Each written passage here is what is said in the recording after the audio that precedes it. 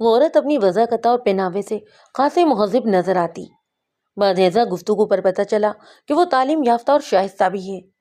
وہ میرے چیمبر میں داخل ہو کر بیٹھ چکی تو میں اس کی جانب متوجہ ہو گیا اور پیشہ ورانہ مسکراہٹ کے ساتھ سوال کیا، جی فرمائیے، میں آپ کی کیا خدمت کر سکتا ہوں؟ وہ اپنا تعارف کرواتے ہوئے بولی، میرا نام فوزیہ ہے اور میں اپنے ایک جذباتی مسئلے کے لیے آپ کے پاس حاضر ہوئی ہوں۔ میں نے کاغذ قلم سنبھالتے ہوئے گہری سنجیدگی سے کہا، جی ٹھیک ہے، مجھے اپنے مسئلے کے بارے میں بتائیں، میں اپنے شوہر سے چھٹکارا حاصل کرنا چاہتی ہوں۔ وہ بے حد مضبوط لہجے میں بولی۔ میں نے چونک کر اس کی طرف دیکھا، تفصیلات کیا ہیں؟ میرے سامنے بیٹھی ہوئی فوزیہ نامی وہ عورت خوش شکل اور جاذب نظر تھی، تاہم اس وقت پریشانی اور تفکر نے پوری طرح سے اپنے نرگے میں لے رکھا تھا۔ وہ ایک پڑھی لکھی اور باشعور عورت تھی۔ میرے محتاط اندازے کے مطابق وہ اس کی عمر 35 کے آس پاس رہی ہوگی، اور بعد میں میرے اس اندازے کی تصدیق بھی ہو گئی۔ اس کی عمر 36 سال تھی۔ میرے سوال کے جواب میں اس نے کہا، وکیل صاحب، تفصیلات بس اتنی سی ہیں کہ میں اب مزید اس شخص کے ساتھ وابستہ نہیں رہ سکتی۔ اس کا رویہ اور کردار میری برداشت سے باہر ہے۔ میں نے بہت سوچ سمجھ کر یہ رشتہ ختم کرنے کا فیصلہ کیا ہے۔ آپ بس مجھے عدالت سے خلا دلوا دیجیے۔ خلا؟ میں نے گہری سانس لی اور کہا، فوزیہ صاحبہ، آپ کی زبان سے خلا کا لفظ سن کر میں اس نتیجے پر پہنچا ہوں کہ آپ کا شوہر کسی بھی قیمت پر آپ کو طلاق دینے کے لیے تیار نہیں۔ کیا میں غلط کہہ رہا ہوں؟ نہیں وکیل صاحب، آپ بالکل درست کہہ رہے ہیں۔ وہ میرے اندازے کی تائید میں بولی۔ سفیان نہایت ہی کمینہ اور شیطانی ذہن کا مالک ہے۔ سفیان غالباً آپ کے شوہر کا نام ہے، میں نے رف پیٹ پر قلم چلاتے ہوئے کہا۔ اس نے گردن ہمیں ہلائی۔ میں نے پوچھا، آپ کا شوہر کرتا کیا ہے؟ سفیان کی ایک ایڈورٹائزنگ کمپنی ہے، اس نے بتایا۔ مارننگ اسٹار ایڈورٹائزر اس کمپنی کا نام ہے، جو کہ خوب ہی چلتی ہے۔ میں نے بھی مارننگ اسٹار ایڈورٹائزر کمپنی کا نام سن رکھا تھا۔ یہ ایک معروف اور کامیاب ایڈورٹائزنگ کمپنی تھی۔ میں نے فوزیہ کی آنکھوں میں دیکھتے ہوئے کہا، آپ کے شوہر کی کمپنی تو بہت ہی اچھا بزنس کر رہی ہے۔ میں سمجھتا ہوں آپ لوگوں کے ساتھ کوئی معاشی مسئلہ تو نہیں ہوگا۔ میں، وکیل صاحب، وہ میری بات پوری ہونے سے پہلے ہی بول پڑی، پیسہ ہی تو سب کچھ نہیں ہوتا نا۔ زندگی میں انسان کو اور بھی بہت سی چیزوں کی ضرورت ہوتی ہے، جن میں سر فہرست محبت، اتفاق، اعتماد، عزت نفس ہیں۔ آپ نے میری بات تو مکمل ہی نہیں ہونے دی۔ میں نے زیر لب مسکراتے ہوئے کہا، ورنہ میں کچھ اور بھی کہنے والا تھا۔ ندامت آمیز انداز میں مجھے تکنے لگی۔ آپ نے انسانی زندگی کی جن بنیادی ضروریات کا ذکر کیا ہے، میں ان سے مکمل اتفاق کرتا ہوں۔ میں نے ٹھہرے ہوئے لہجے میں کہا، میں یہ کہنا چاہ رہا تھا کہ جب آپ اس شخص کے ساتھ رہنا ہی نہیں چاہتی بلکہ اسے شدید نفرت کرتی ہیں، تو طلاق دے کر وہ آپ کو فارغ کیوں نہیں کر دیتا؟ آپ کو اس شخص سے نجات پانے کے لیے عدالت سے رجوع کیوں کرنا پڑ رہا ہے؟ کیا وہ مہر کی رقم بچانا چاہتا ہے، یا پھر آپ کے بخش وہ اس رشتے کو چلانے کے حق میں ہے؟ اگر اس کو یہ رشتہ چلانے کا خیال ہوتا نا تو انسان بن جاتا، وہ زیرخوان لہجے میں بولی۔ سفیان کی اس وقت جو مالی حیثیت ہے، اس کی روشنی میں مہر کی رقم بھی کوئی خاص اہمیت نہیں رکھتی۔ وہ 1 لاکھ روپے میرے ہاتھ پر رکھ کر بڑی بآسانی مجھے اپنی زندگی سے نکال باہر کر سکتا ہے۔ میں نے سوالیہ نظروں سے فوزیہ کی طرف دیکھا۔ پھر مسئلہ کیا ہے؟ جب آپ دونوں کو ایک دوسرے کی شکل سے نفرت ہے تو پھر سفیان کو طلاق دینے میں کون سی دقت محسوس ہو رہی ہے؟ کیا وہ جانتا ہے آپ اس کے ساتھ نہیں رہنا چاہتی؟ جی ہاں، یہ بات میں نے بڑی واضح انداز میں اس کو بتا چکی ہوں۔ وہاں میں گردن ہلاتے ہوئے بولی، میں نے کئی مرتبہ اس سے طلاق کا مطالبہ بھی کیا ہے، مگر وہ اس معاملے کو لٹکائے جا رہا ہے۔ دراصل، وہ بولتے بولتے رکی تو میں نے فوراً پوچھ لیا، دراصل کیا؟ سفیان نے اس معاملے کو اپنی ضد اور انا کا مسئلہ بنا لیا ہے۔ وہ اس میں اپنی شکست محسوس کر رہا ہے۔ سفیان ایک ضدی اور خود غرض اور انا پرست شخص ہے۔ وہ بڑے ہی واضح انداز میں مجھے یہ باور کروا چکا ہے کہ موت ہی مجھے اس کے اب چنگل سے نکال سکتی ہے، جیتے جی میں اس سے نجات حاصل نہیں کر سکتی۔ اسی لیے میں سفیان جیسے عیاش اور بدگماش شخص کی کیس سے نکلنے کے لیے اب عدالت کا دروازہ کھٹکھٹانے پر مجبور ہوئی ہوں۔ فوزیہ صاحبہ، میں نے ایک نہایت اہم سوال کیا، آپ کی شادی کو عرصہ کتنا ہوا ہے؟ اس نے جواب دیا، لگ بھگ 10 سال۔ 10 سال کا عرصہ ایک ساتھ گزر جانے کے بعد اب آپ کو الگ ہونے کا خیال آیا ہے؟ میں نے الجھن بھری نظر سے اس کی طرف دیکھا۔ میرا خیال ہے ایک دوسرے کو سمجھنے کے لیے شادی کے بعد کا پہلا ہی سال کافی ہوتا ہے۔ وکیل صاحب، اس نے براہ راست میری آنکھوں میں دیکھتے ہوئے سوال کیا، آپ کی شادی کو کتنا عرصہ ہو گیا ہے؟ میں ایک لمحے کے لیے گڑبڑایا، پھر سنبھل کر مسکراتے ہوئے جواب دیا، ابھی تک میں اس نعمت سے محروم ہوں۔ یہ واقعہ جس زمانے کا ہے اس وقت میں غیر شادی شدہ تھا۔ تو پھر تو آپ اس رشتے کے نشیب و فراز کا اندازہ ہی لگا سکتے ہیں، اور نہ ہی اس کے پیش و خم کو سمجھ سکتے ہیں۔ وہ گہری سنجیدگی سے مجھے دیکھتے ہوئے بولی، ازواجی زندگی بہت ہی عجیب اور پیچیدہ ہوتی ہے وکیل صاحب۔ سفیان کی شخصیت پیاس کے مانند ہے، در در در پر درد کھلی ہے مجھ پر۔ وہ اتنا مغرور اور بزاز شخص ہے کہ میں آپ کو بتا نہیں سکتی۔ میں ہر قیمت پر اس کے نکاح سے نکلنا چاہتی ہوں۔ میرے پاس اب کوئی راستہ نہیں ہے دوسرا۔ میں نے ایک نہایت ہی نازک سوال کیا، آپ کے بچے کتنے ہیں؟ اس نے بتایا صرف ایک۔ میرا ایک 8 سال کا بیٹا ہے، اس کا نام ہے نوید۔ ایک بات اپنی ذہن میں رکھیے گا، میں نے اس کی آنکھوں میں دیکھتے ہوئے کہا، خلا کا مقدمہ دائر کرنے کے بعد آپ اپنے شوہر کے ساتھ اس کے گھر میں نہیں رہ سکیں گی۔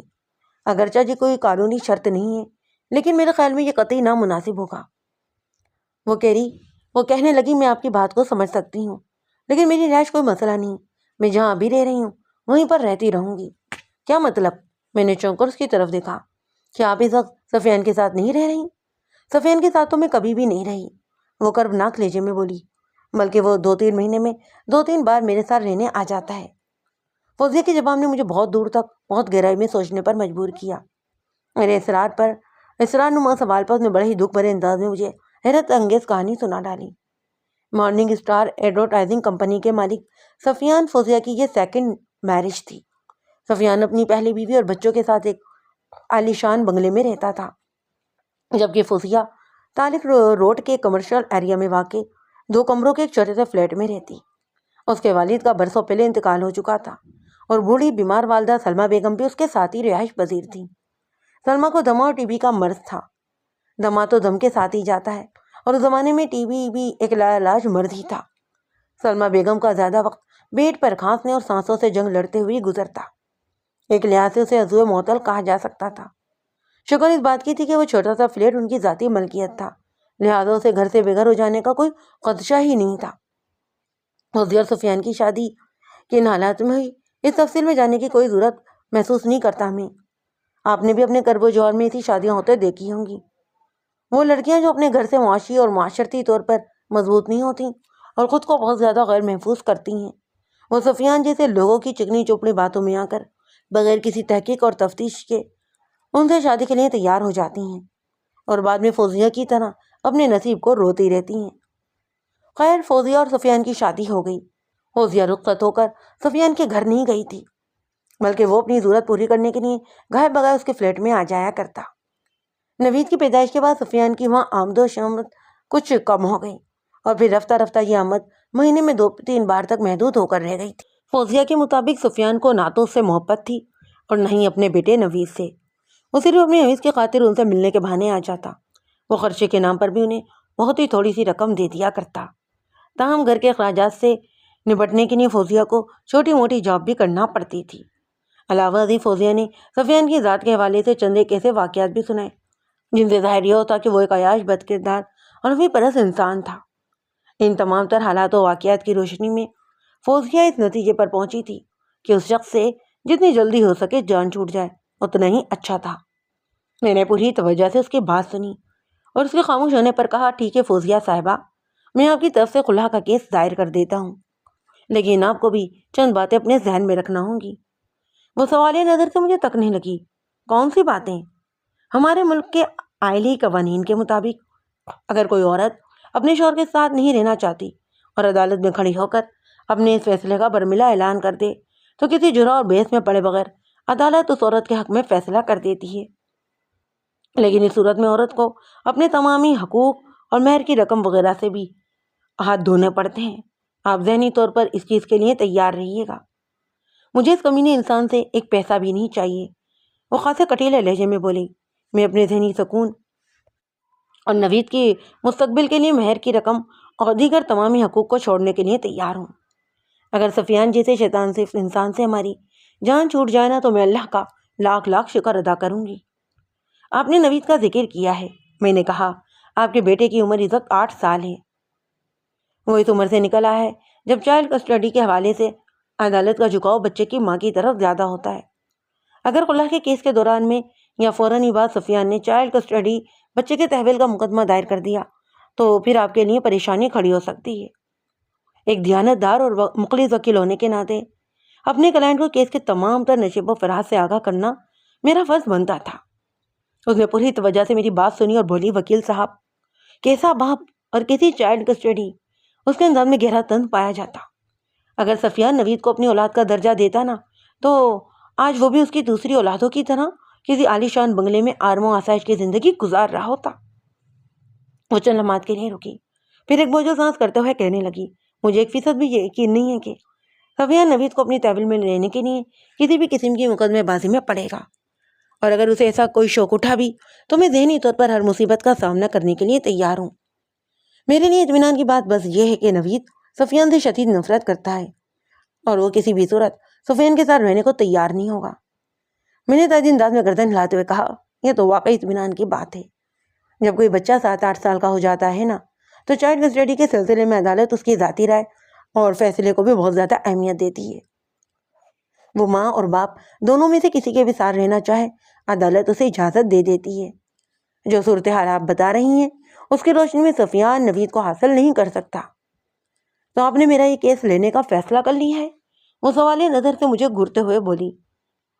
یہ بات میں اس لیے پوچھ رہی ہوں تاکہ میں اس سلسلے میں ذہنی طور پر مطمئن ہو جاؤں۔ اور ہاں، وہ چونک کر رکی، پہ لمحاتی توقف کے بعد اپنی بات مکمل کرتے ہوئے کہنے لگی، آپ نے ابھی تک اپنی فیس کے بارے میں تو بتایا ہی نہیں۔ میں نے اسے اپنی فیس بتائی اور کہا، میں فیس ایڈوانس میں لیتا ہوں۔ ایک لمحے کے لیے اس کے چہرے پر تفکر کی پریشانیاں لہرائیں۔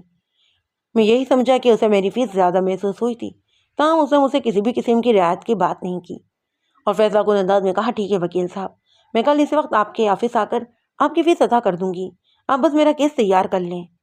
مجھے یہ جاننے میں کوئی دقت محسوس نہ ہوئی کہ اس وقت فوزیہ کے پاس اتنی رقم نہیں تھی، وہ میری فیس ادا نہیں کر سکتی تھی۔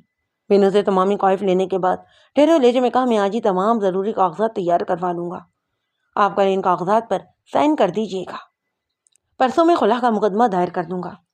اس نے میرا شکریہ ادا کیا اور سلام کر کے مجھے رخصت ہو گئی۔ میں نے مکمل کاغذی تیاری کر کے اپنی وکالت میں فوزیہ کی جانب سے خلا کا کیس عدالت میں دائر کر دیا۔ اسی روز میں نے اپنے ذرائع استعمال کر کے سفیان کے نام عدالت میں طلبی کا حکم نامہ بھی جاری کروایا۔ میری نظر میں یہ کھلوا کیس تھا۔ فوزیہ کسی بھی صورت میں سفیان کی زوجیت میں نہیں رہنا چاہتی تھی۔ 8 سالہ نوید اپنی ماں کا بھی حمایتی تھا، اور سب سے بڑی بات یہ کہ فوزیہ کے پاس سفیان کی بدکاری، عیاشی اور رویت پرستی کے واقعاتی شواہد بھی موجود تھے۔ ان تمام تر حالات و واقعات کی روشنی میں یہ کیس کم از کم 1 ماہ سے زیادہ 2-3 پیشیوں کی مار تھا۔ یہ کیس 12 فروری کی عدالت میں دائر کیا گیا تھا اور 12 فروری کو ہی میں نے عدالتی حکم نامہ پر سفیان علی کے نام جاری کیا، جس میں سفیان کو 22 فروری کو عدالت میں حاضر ہونے کا حکم دیا گیا تھا۔ اس روز عدالتی بکیڑوں سے نمٹنے کے بعد میں اپنے آفس پہنچا اور عدالت میں دائر کیس کی ایک نقل یونین کونسل کو بذریعہ رجسٹر ڈاک ارسال کر دی۔ مجھے یقین تھا کہ عدالتی حکم نامے کے آگے پیچھے ہی یونین کونسل کی جانب سے بھی اس سے رابطہ کر لیا جاتا۔ 15 فروری کی رات میں جیسے ہی اپنے گھر میں داخل ہوا، میرے فون کی گھنٹی بج اٹھی۔ میں نے ٹیلی فون سیٹ کی جانب بڑھتے ہوئے سوچنے لگا، یہ سب کون ہو سکتا ہے؟ تیسری گھنٹی پر میں نے ریسیور اٹھا کر کان سے لگایا اور ماؤتھ پیس میں کہا، ہیلو بیگ صاحب، یہ میں ہوں۔ ایئر پیس میں ایک نسوانی آواز ابھری، فوزیہ۔ خیریت؟ میں نے پوچھا۔ فوزیہ کو میں نے اپنے وزٹنگ کارڈ کے پیچھے گھر کا نمبر بھی لکھ کر دیا تھا تاکہ کسی ایمرجنسی کی صورت میں وہ کسی بھی وقت مجھ سے رابطہ کر سکے۔ آج تک اس نے میرے آفس کے نمبر پر ہی فون کیا تھا، گھر پر، اور وہ بھی آدھی رات کو فون کرنے کا مطلب کسی نوعیت کی گڑبڑ ظاہر کرتا۔ اس نے میرے سوال کے جواب میں بتایا، بیگ صاحب، سفیان کو خلا کرنے والے کیس کے بارے میں پتہ چل گیا ہے۔ تو اس میں اتنی حیرانی اور پریشانی والی کون سی بات ہے؟ میں نے نارمل انداز میں کہا، عدالتی حکم نامے کو جاری ہوئے 3 دن گزر چکے ہیں، اسے اب تک وہ نوٹس مل گیا ہوگا، اور عین ممکن ہے کہ متعلقہ یونین کونسل نے بھی اس کی طرف کوئی بلاوا بھیج دیا ہو۔ جی ہاں، اسے دونوں ہی جانب سے پکارا گیا ہے، وہ سخت پریشان ہے، اس نے مجھے فون کیا تھا۔ میں نے قد کلامی کرتے ہوئے کہا، فون کیا تھا؟ کب؟ ابھی آدھا گھنٹہ پہلے ہی، اس اثراتی آواز میں بولی۔ میں نے پہلے آپ کے آفس کے نمبر ٹرائی کیے، جب وہاں کال اٹینڈ نہیں کی گئی تو پھر میں نے آپ کے گھر پر فون کیا ہے۔ آپ نے مائنڈ تو نہیں کیا نا بیگ صاحب؟ ارے بالکل نہیں، میں نے صاحب کا مظاہرہ کرتے ہوئے کہا، میں نے جب آپ کو اپنے گھر کا نمبر دے رکھا ہے تو رابطہ کرنے پر مائنڈ کرنے کا سوال ہی پیدا نہیں ہوتا۔ ویسے بھی میں بھی ہی گھر میں داخل ہوا ہوں، آفس سے میں کوئی 1 گھنٹہ پہلے ہی نکل آیا تھا۔ بہرحال خیریت تو ہے نا؟ کیا کہہ رہا تھا وہ کہہ رہا تھا کہ میں اس مقدمے بازی کے چکر میں نہ پڑوں، یعنی کہ اگر آپ مقدمے کا قلعہ کا مقدمہ واپس لے لیں تو وہ آپ کو آزاد کر دے گا۔ میں نے پوچھا، نہیں جناب، ایسی تو کوئی بات نہیں۔ وہ جلدی سے بولی، پھر وہ آپ کو مقدمے بازی سے کیوں روک رہا ہے؟ وہ مجھے خود سے الگ کرنے کے حق میں نہیں، فوزیہ نے بتایا، نہ ہی قلعہ کے ذریعے اور نہ ہی طلاق دے کر۔ کیا مطلب؟ آخر وہ شخص چاہتا کیا ہے؟ وہ کہہ رہا تھا میں مقدمے بازی کا خیال دل سے نکال دوں اور خاموشی سے اپنے گھر میں بیٹھی رہوں، اس کی منوکا کی حیثیت سے۔ فوزیہ نے جواب دیا، وہ میری تمام تر شکایت دور کرنے کی کوشش کرے گا۔ میں پوچھے بنا نہ رہ سکا، تو پھر آپ نے اسے کیا کہا؟ کچھ نہیں، میں ٹس سے مس نہیں ہوئی۔ وہ قطعی لہجے میں بولی، آپ کی سازوی قدمی کو دیکھتے ہوئے اس نے موقف کیا اختیار کیا ہے؟ یا اس نے دیکھا کہ میں کسی بھی طور اس کی بات ماننے کو تیار نہیں تو وہ ہوشیاری دکھانے لگا۔ فوزیہ نے بتایا، کیسی ہوشیاری؟ میں نے سوال کیا۔ اس نے کہا، وہ ہر قسم کی آوارہ گردی اور عیاشی سے باز آ جائے گا۔ وہ اپنے شوہر کی چال بازی سے مجھے آگاہ کرتے ہوئے بولی، وہ ایک معزز باکردار انسان بننے کی بھی کوشش کرے گا اور میرا بہت خیال رکھے گا۔ تو کیا آپ سفیان کو یہ موقع دینے کا ارادہ رکھتی ہیں؟ وکیل صاحب، اس بات کا تو سوال ہی پیدا نہیں ہوتا۔ وہ دو ٹوک لہجے میں بولی، میں نے ایک حتمی فیصلے پر پہنچنے کے بعد جو قدم اٹھایا ہے نا، وہ واپس نہیں آ سکتا۔ میں نے سراہنے والے انداز میں کہا، ویری گڈ۔ پھر پوچھا، کیا سفیان نے ایک بار بھی آپ سے کوئی ایسی بات کی کہ وہ آپ کو اور آپ کے بیٹے کو بھی وہی عزت و آبرو دے گا جو اپنی پہلی بیوی اور بچوں کو دیتا ہے؟ اور یہ کہ اگر آپ اس کی یہ بات مانتے ہوئے قلعہ کا مقدمہ واپس لے لیتی ہیں تو وہ آپ لوگوں کو بھی کسی صاف ستھرے بنگلے میں رکھے گا۔ جناب، میں سفیان کی عیاری کو نا اچھی طرح سمجھ رہی ہوں۔ وہ تنزیہ لہجے میں بولی، وہ اتنا سیدھا نہیں ہے جتنا خود کو ظاہر کرنے کی کوشش کر رہا ہے، لیکن میں کسی بھی قیمت پر اب اس کے جال میں نہیں آؤں گی۔ اگر میں اس کے جال میں پھنس گئی تو اس کے ہمدردی بھری میٹھی باتوں میں آ گئی تو وہ پھر مکاری سے مجھے ایسا باندھے گا کہ میں کہیں کی نہیں رہوں گی۔ اگر اس خبیث انسان کی گرفت سے نکلنے کے لیے قدرت مجھے موقع فراہم کر رہی ہے تو میں ضرور اسے فائدہ اٹھاؤں گی۔ میں عدالت کی مدد اور آپ کے تعاون سے اسے ایسے ذلت بھری شکست دوں گی کہ وہ اپنی اس عبرتناک ناکامیابی پر ہر روز جیے گا اور ہر روز مرے گا۔ میں نے ایئر پیس کو کان سے چپکائے چپکائے اس کے دل کے غبار کو اپنی سماعت میں اڈھیلا اور اس کے خاموش ہو جانے پر ہمدردی بھرے لہجے میں پوچھا تھا، فوزیہ صاحبہ، موجودہ صورتحال میں آپ پریشان تو نہیں؟ ہرگز نہیں بیگ صاحب، جب بوکھلی میں سر دے ہی دیا تو پھر موصلوں سے کیا ڈرنا۔ میں نے گہری سانس لی اور اطمینان بھرے لہجے میں کہا، ٹھیک ہے، آپ اپنے موقف پر ڈٹی رہیں، آپ کی یہی ثابت قدمی اس کیس کو مضبوط تر بنا دے گی، انشاءاللہ، اس نے امید بھرے انداز میں کہا۔ فوزیہ صاحبہ، میری ایک بات اچھی طرح ذہن نشین کر لیں، میں نے سمجھانے والے انداز میں کہا، سفیان اگر کسی بھی بہانے آپ سے ملاقات کرنے کی کوشش کرے تو آپ اس کوشش کو ناکامیاب بنا دیں گی۔ یہ بہت ضروری ہے، اب کورٹ ہی میں آپ دونوں کی ملاقات ہونی چاہیے۔ میں آپ کی ہدایت کا خیال رکھوں گی بیگ صاحب، وہ فرما برداری سے بولی۔ الوداعی کلامات کے بعد میں نے رابطہ ختم کر دیا۔ آئندہ روز میں نے اپنے پیشہ ورانہ ذرائع استعمال کر کے یہ جان لیا کہ عدالت سے جاری ہونے والا حکم نامہ طلبی سفیان کو موصول ہو گیا تھا اور اسے باقاعدہ سائن کر کے وہ حکم نامہ وصول بھی کر لیا تھا، جس کا سیدھا سادہ مطلب یہی تھا کہ وہ طلبی کی تاریخ پر عدالت میں ضرور حاضر ہوگا۔ یہ صورتحال انتہائی حوصلہ افزا اور تسلی بخش تھی، بالفاظ دیگر اس کیس کو ہمارے حق میں ہموار کرتی دکھائی دیتی۔ میں مطمئن ہو گیا۔ عدالت نے سفیان کو 22 فروری کو حاضر ہونے کا حکم دیا تھا، مگر 20 فروری یعنی اس کی طلبی کی تاریخ سے 2 ہی دن پہلے ایک ایسا سنسنی خیز واقعہ رونما ہوا کہ میرا سارا اطمینان اور سکون خاک میں مل گیا۔ میں حسب معمول اپنے آفس میں بیٹھا کلائنٹ سے نبٹ رہا تھا کہ میری سیکریٹری نے انٹر کام پر مجھے اطلاع دی، سر، کوئی نور علی صاحب آئے ہیں، یہ آپ سے فوری ملاقات کرنا چاہتے ہیں۔ نور علی؟ میں نے زیر لب دہرایا، پھر پوچھا، وہ کس سلسلے میں ملنا چاہتے ہیں؟ وہ آپ کے کلائنٹ فوزیہ صاحبہ کے حوالے سے کوئی اہم اطلاع دینا چاہتے ہیں۔ میرا ماتھا ٹھنکا اور فوزیہ کا چہرہ میری نگاہوں کے سامنے گھوم گیا۔ میں نے کہا، ٹھیک ہے، میں صغیر صاحب سے فارغ ہو جاؤں تو آپ نور علی کو اندر بھیج دینا۔ اس نے کہا، اوکے سر۔ میں نے انٹر کام کا ریسیور ریڈیل پر رکھ دیا۔ چند ہی منٹ کے بعد نور علی نامی وہ شخص میرے سامنے بیٹھا ہوا تھا۔ نور علی کی عمر 40 سے اوپر نظر آتی۔ وہ بھاری تنوتوش کا مالک ایک سانولا سا شخص تھا۔ نور علی نے مناسب سائز کی داڑھی بھی رکھی ہوئی تھی اور اس کے سر کے 90% بال بے وفائی کر گئے تھے۔ میں نے رسمی سلام دعا کے بعد سوال نظر سے اس کی طرف دیکھا اور پوچھا، جی نور صاحب، آپ فوزیہ کے بارے میں کیا بتانا چاہتے ہیں؟ وہ گہری سنجیدگی سے بولا، جناب، فوزیہ بیٹھے بیٹھا ایک بڑی مصیبت میں گرفتار ہو گئی ہے۔ میں اپنی کرسی پر سیدھا ہو کر بیٹھ گیا۔ کیسی مصیبت؟ اور آپ ہیں کون؟ میں فوزیہ کا پڑوسی ہوں وکیل صاحب۔ اس نے بتایا، فوزیہ کو آج شام میں پولیس نے گرفتار کر لیا ہے۔ کیا؟ بے ساختہ ہی میرے منہ سے نکلا۔ پولیس نے فوزیہ کو کس جرم میں گرفتار کیا ہے؟ اس پر قتل کا الزام ہے۔ کس کے قتل کا الزام؟ میری حیرت گہری تشویش میں بدل گئی۔ سفیان علی، نور علی نے جواب دیا۔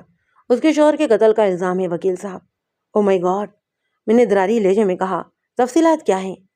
مجھے اس واقعے کے بارے میں کچھ زیادہ تو معلوم نہیں۔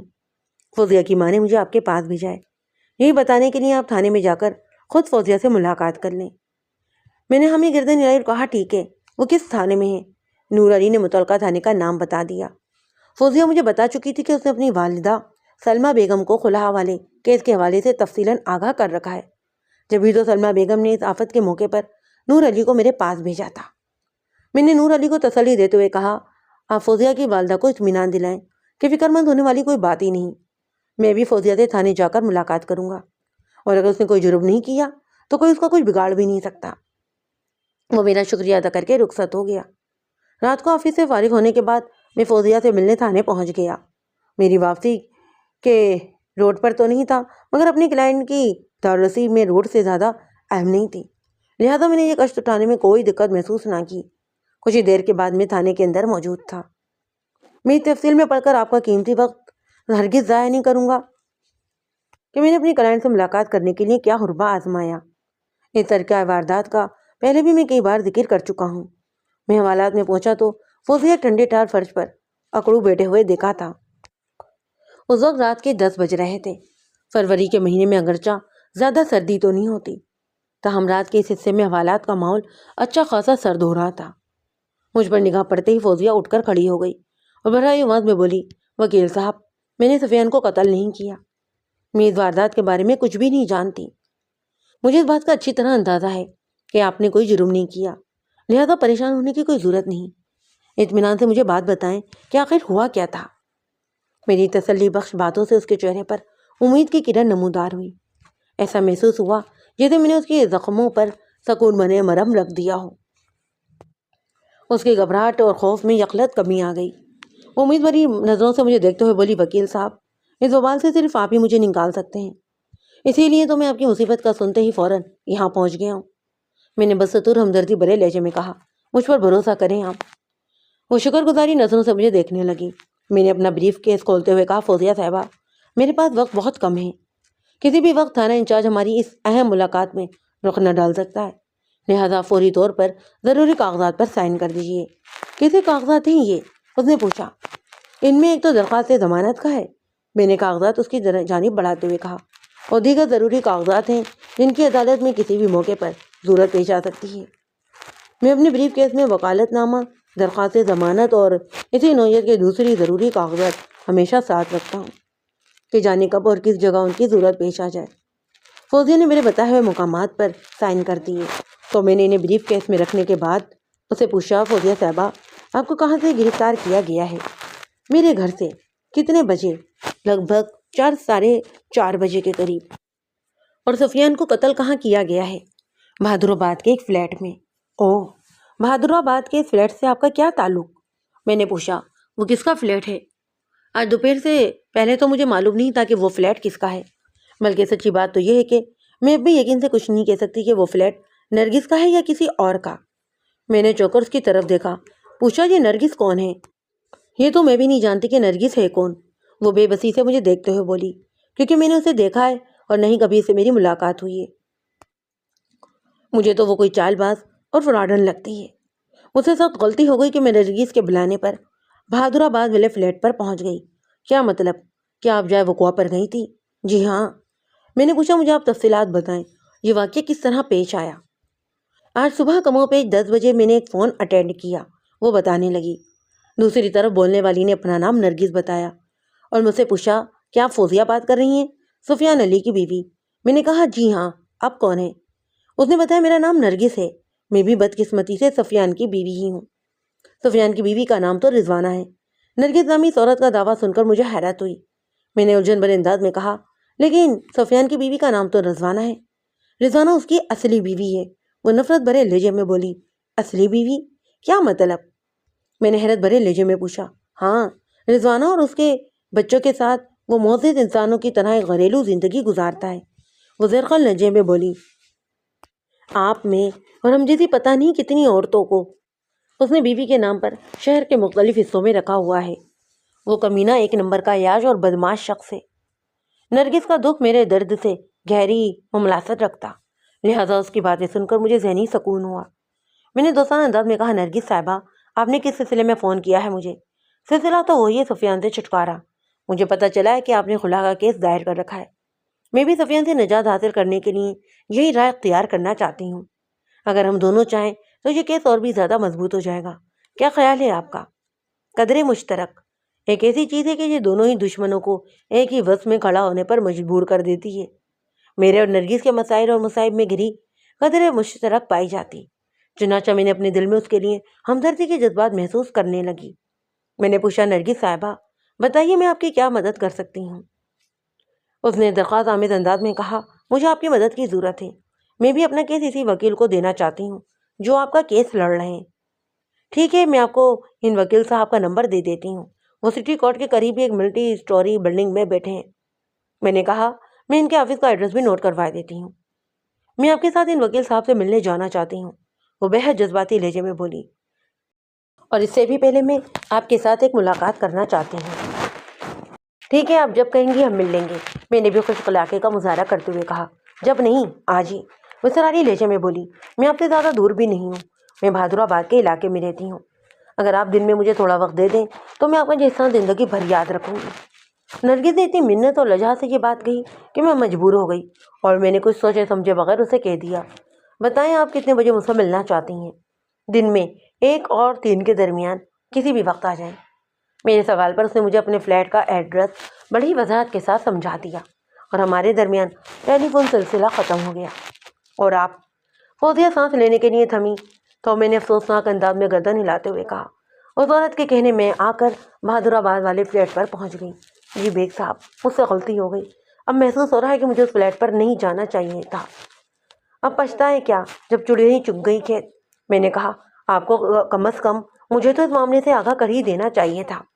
اگر آپ مجھے نرگس کے فون کے بارے میں فوراً بتا دیتی نا، جیسا کہ 5 دن پہلے سفیان کے فون کے بارے میں گھر پر فون کر کے آگاہ کیا تھا، تو میں ہرگز آپ کو نرگس کے فلیٹ پر نہیں جانے دیتا۔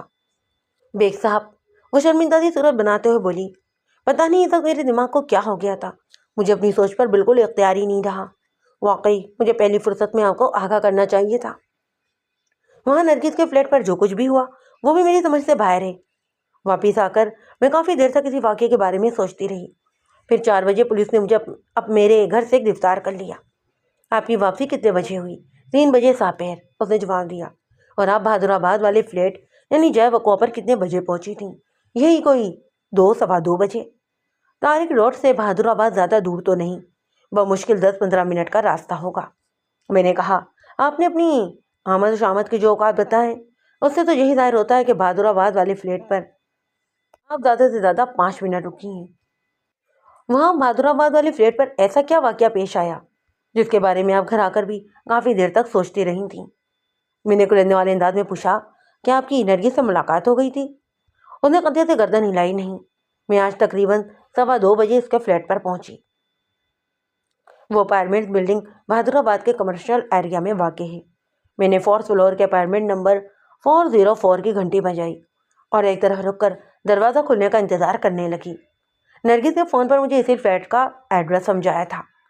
جب گھنٹی کے جواب میں اندر سے کوئی نہیں نکلا تو میں نے دوبارہ گھنٹی بجائی۔ اس بار بھی کوئی رد عمل ظاہر نہیں ہوا۔ احتیاطاً میں نے دروازے پر دستک ڈالا لی، اور اسی وقت مجھ پر ایک انکشاف ہوا کہ دروازہ لاک نہیں تھا۔ میری دستک کے دباؤ سے دروازہ کھل گیا۔ میرے اندرونی تجسس نے سر ابھارا اور ذہن میں یہ بھی خیال پیدا ہوا کہ مجھے اندر داخل ہو جانا چاہیے، اور پھر میں فلیٹ کے اندر بھی داخل ہو گئی۔ وہ 3 کمروں کا ایک صاف ستھرا فلیٹ تھا، مگر اس کے اندر خاموشی اور سناٹے نے میرا استقبال کیا۔ میں فطری تجسس کے ہاتھوں مجبور ہو کر ایک کمرے سے دوسرے اور دوسرے سے تیسرے میں چکراتی پھری۔ میں نے واش رومز اور کچن میں بھی جھانک کر دیکھ لیا، لیکن وہ فلیٹ انسانی وجود سے ہی خالی تھا۔ مجھے حیرت ہوئی کہ جب نرگس نے مجھے 1 بجے سے 3 بجے تک وہاں تک آنے کو کہا تھا تو پھر وہ غائب کیوں تھی؟ اور اگر کسی ایمرجنسی میں باہر ہی جانا تھا تو مجھے فون کر کے اطلاع تو دے دیتی. اور پھر یہ بھی کہ وہ فلیٹ کا دروازہ کیوں کھلا چھوڑ گئی؟ جلدی مجھے اپنی حماقت کا احساس ہوا. مجھے یوں لگا جیسے نرگس نے مجھے بے وقوف بنانے کے لیے وہ ڈرامہ رچایا ہو. مجھے ایک اجنبی عورت کی کال پر یوں گھر سے اٹھ کر نہیں چلے آنا چاہیے تھا. اس کے ساتھ ہی میرے ذہن میں یہ بھی سوچ آئی کہ آخر نرگس کو میرے ساتھ ایسا بھیانک مذاق کرنے کی ضرورت ہی کیا تھی. ذہن میں فوری طور پر ہونے والے ایک سنسنی خیال نے مجھے چونکنے پر مجبور کر دیا. کہیں یہ سفیان کی کوئی چال تو نہیں؟ میں نے دل ہی دل میں خود کو لعنت ملامت کی اور فوری طور پر اس فلیٹ سے نکل آئی. اور گھر پہنچنے کے بعد بھی میں کافی دیر تک اسی عجیب و غریب واقعے کے بارے میں سوچتی رہی. فوزیہ نے اپنا بیان مکمل کیا تو میں نے تصدیق طلب نظر سے اس کی طرف دیکھا. اور ٹھیک 4 بجے ساپیر پولیس نے آپ کو آپ کے گھر سے گرفتار کر لیا. جی ہاں. بہادر آباد والی فلیٹ کے بارے میں آپ نے اپنی والدہ کو بتایا تھا؟ میں نے پوچھا. جاتے وقت تو میں نے انہیں کچھ نہیں بتایا، وہ گہری سنجیدگی سے بولی. لیکن واپس آنے کے بعد میں نے وہاں بہادر آباد والی فلیٹ پر سارے واقعے کے بارے میں امی کو تفصیلاً بتا دیا تھا. میں نے جاننا چاہا پھر انہوں نے کیا کہا؟ امی بھی میری بات سن کر پریشان ہو گئی تھیں. فوزیہ نے جواب دیا. انہوں نے یہ بھی کہا تھا کہ مجھے اس فلیٹ پر نہیں جانا چاہیے تھا. میں نے سوچ میں ڈوبے لہجے میں کہا. آپ نے اس فلیٹ میں مختلف چیزوں کو چھوا بھی تھا؟ جی ہاں. جب میں نے فلیٹ کے 3 کمروں، باتھ رومز اور کچن کو اچھی طرح جھانک کر دیکھا تو ظاہر ہے میں نے بے شمار چیزوں کو چھوا بھی تھا. میں نے گمبھیر انداز میں پوچھا. آپ کو بہادر آباد والی فلیٹ میں کسی نے داخل ہوتے یا باہر نکلتے ہوئے تو نہیں دیکھا؟ وہ بہادر آباد کا ایک کمرشل ایریا ہے بیگ صاحب، اس نے بتایا.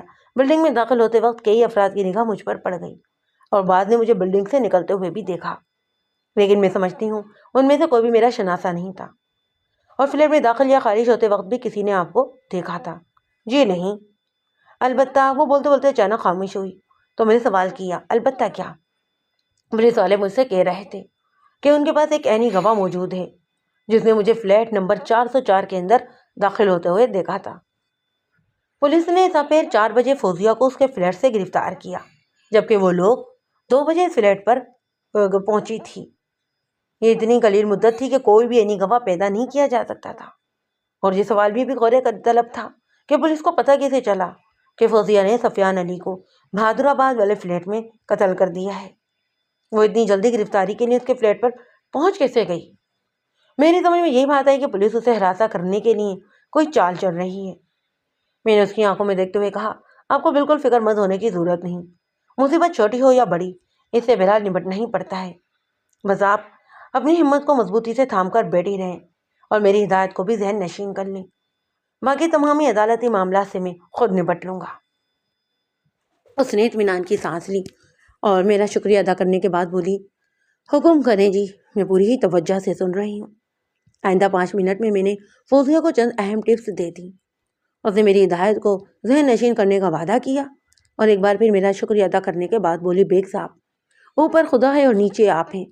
میری ساری امیدیں آپ دونوں سے وابستہ ہیں. ہم دونوں سے آپ کو مایوسی نہیں ہوگی. میں نے اس کی بدستور آنکھوں میں دیکھتے ہوئے کہا. اسی دوران میں کانسٹیبل بہادر حوالات کی طرف 3-4 چکر لگا چکا تھا. وہ مٹر گشت کرنے والے انداز میں آتا اور ہمیں جھانک کر واپس چلا جاتا. میرا بھی کام پورا ہو چکا تھا، لہذا وہاں رکنے کی کوئی ضرورت نہیں تھی. میں نے فوزیہ کو مناسب الفاظ میں تسلی دلاسا دیا اور تھانے سے نکل کر اپنی گاڑی کی طرف بڑھ گیا. اگلے ہی روز پولیس نے فوزیہ کو عدالت میں پیش کر کے 1 ہفتے کا تفتیشی ریمانڈ کی درخواست کی. میں نے پچھلی رات حوالات میں ملزمہ سے ملاقات کے وقت ضروری کاغذات پر اس کے سائن لے لیے، لہذا عدالت میں پیش ہونے پر میں نے درخواست ضمانت کے ساتھ اپنا وکیل نامہ بھی دائر کر دیا اور جج کی طرف دیکھتے ہوئے نہایت ہی مؤدبانہ انداز میں کہا. جناب علی، یہ اپنی نوعیت کا ایک عجیب و غریب کیس ہے. وکیل تقاضا نے آغازی میں مجھ پر حملہ کر دیا اور میری بات پوری ہونے سے پہلے ہی تیز آواز میں بولا.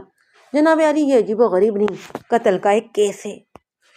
جج نے حیرت بھری نظر سے وکیل تقاضا کی جانب دیکھا جیسے یہ جاننے کی جستجو میں ہو کہ اس میں بتانے والی کون سی بات ہے. جج کے متوجہ ہونے پر اس نے مزید کہا.